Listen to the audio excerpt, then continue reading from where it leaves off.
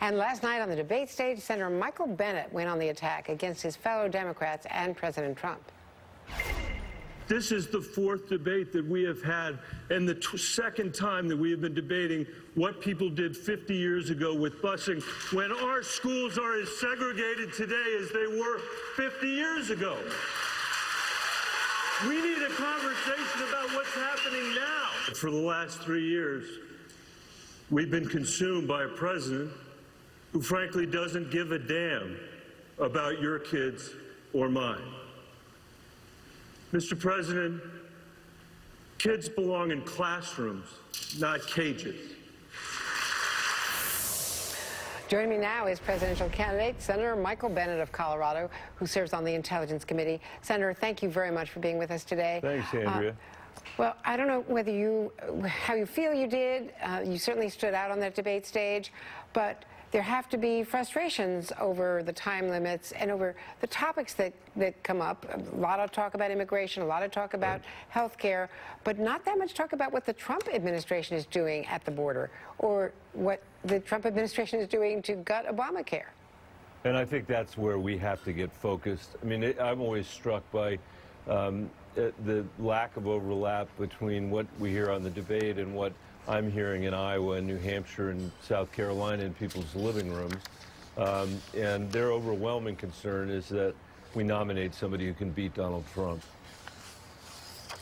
When you think about who can beat Donald Trump, what is your frustration level? To qualify for the next round, you have to reach 2% in 4 separate polls, approved polls. You have to have 130,000 individual contributors. It doesn't matter what amount of money.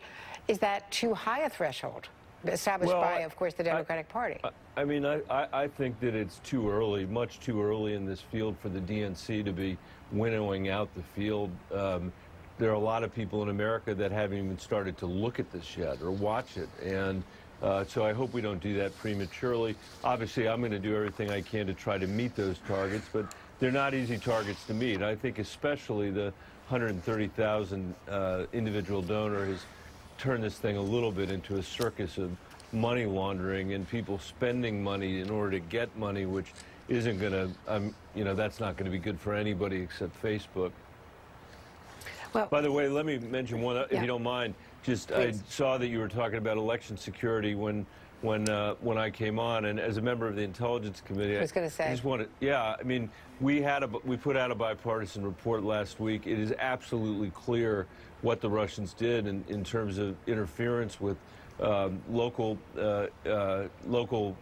secretaries of state and others, but also the social media component of this is really something we need to pay attention to. I mean, the Russians attacked us with their propaganda for a year before we could distinguish their propaganda from our own political discourse, which obviously raised a question about our political discourse, but it also means that the Mitch McConnell's unwillingness to put something on the floor here to address it is really staggering.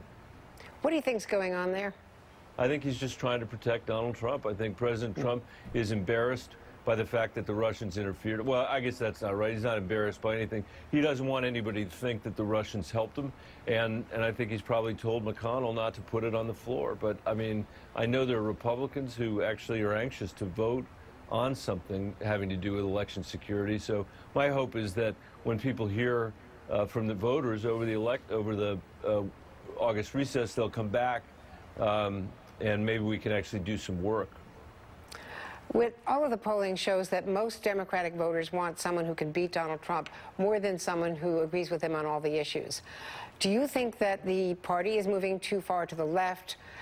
With a lot of people saying that right now Elizabeth Warren seems to be the best debater, with all due respect, and the most, the toughest person to take on Donald Trump. Well, I think she certainly did a good job the other night, and we're going to, through this process, to determine who it is. I do think, my sense, talking to voters in their living rooms at home, is that they're not asking for loyalty tests on issues. What they want to know is that we're going to beat Donald Trump, and in the end, we have to pull together to do that. On the other hand, there are some really important issues that need to be litigated here, and one of those is the health care stuff. And Bernie's proposal, which Elizabeth has adopted lock, stock, and barrel for this Medicare for all that would take away the right of people to choose private insurance from their employer and pay $33 trillion in taxes. You know, I don't actually view that as a particularly progressive proposal, but I also think it's not something that the American people are going to buy. So in these early days of the process, I think it is important for us to have this competition of ideas. I hope that where Democrats will coalesce is around the public option that I've proposed that gives everybody in America a choice. I think we can get to universal health care in 2 years following that path rather than the 10 or longer it'll take on Medicare for all. I have to say, as a former school superintendent in Denver in your past, on your resume, it was very good to hear you speaking about education and issues like that don't always come up on the national stage. Thank you so much, Senator Michael Bennet. All right. Thanks Good for luck having out me. there. Thank you, Andrea. See you out there.